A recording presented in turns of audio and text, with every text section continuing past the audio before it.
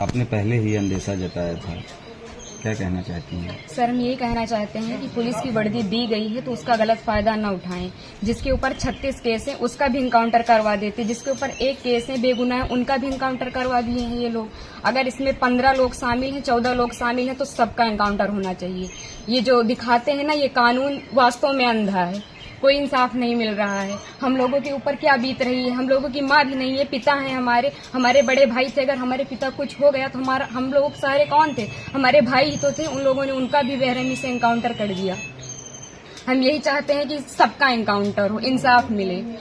इस सरकार में हम अभी तक तो सरकार के खिलाफ कुछ नहीं बोल रहे थे, लेकिन वास्तव में जो हो रहा है बहुत गलत हो रहा है। ये नहीं होना चाहिए, चाहे फिर इसमें विपक्षी पार्टी हो या फिर कोई भी हो, कोई भी नेता हो, जो करवा रहा है बहुत गलत करवा रहा है। हम लोगों को इंसाफ मिलना चाहिए, ऐसा नहीं होना चाहिए था। जो किए हैं बहुत गलत किए हैं। भगवान तो उनको सजा देंगे ही, लेकिन उनको भी सजा मिलनी चाहिए कानून की तरफ से। अगर कोई गुनाह करता है तो उसकी सजा कोर्ट देता है, ना कि पुलिस ऐसे इनकाउंटर कर देगा। आपके भाई का क्या स्वभाव था, किस तरह से, कैसे आप लोगों के बीच में रहते थे वो? सर, हमारे भाई का स्वभाव एकदम सरल था, पढ़ने लिखने में भी अच्छे थे। हम लोगों के साथ एकदम फ्रेंड के जैसे बिहेवियर उनका था, और गए थे तो बात भी होती थी, और हम लोगों से बहुत ज्यादा उनको लगाव स्नेह था, जैसे कि हर एक भाई बहन में होता है। और आज ये सुनने के बाद जैसे लग रहा है कि हम लोगों के जमीन पैर से एकदम खिसक गई हो।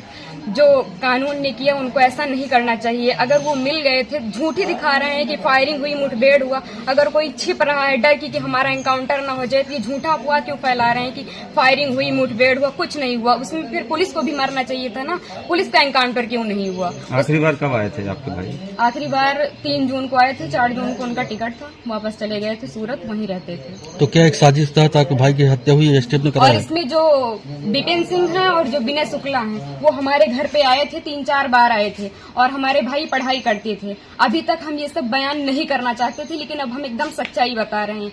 वो लोग उनको लालच देके कि ऐसा गाड़ी होगा, बंगला होगा, वगैरह वगैरह, जबकि भगवान का दिया सब कुछ हम लोगों के पास है, सब कुछ है। लेकिन फिर भी उन लोगों ने लालच दिया, और लालच में ले जाकर उनको सूरत में एक केस में फंसा दिया। उसके बाद वो थे कि नहीं थे न, ये हम लोगों को पता है।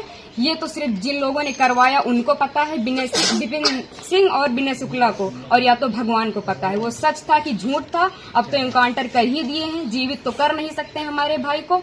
बस हम ये चाहते हैं कि जिन्होंने इनकाउंटर किया उनके ऊपर केस होना चाहिए, कि अगर कोई गुनाह होता है तो उसकी सजा कोर्ट देगा, ना कि STF वाले या फिर पुलिस वाले। बस हम यही चाहते हैं। ठीक।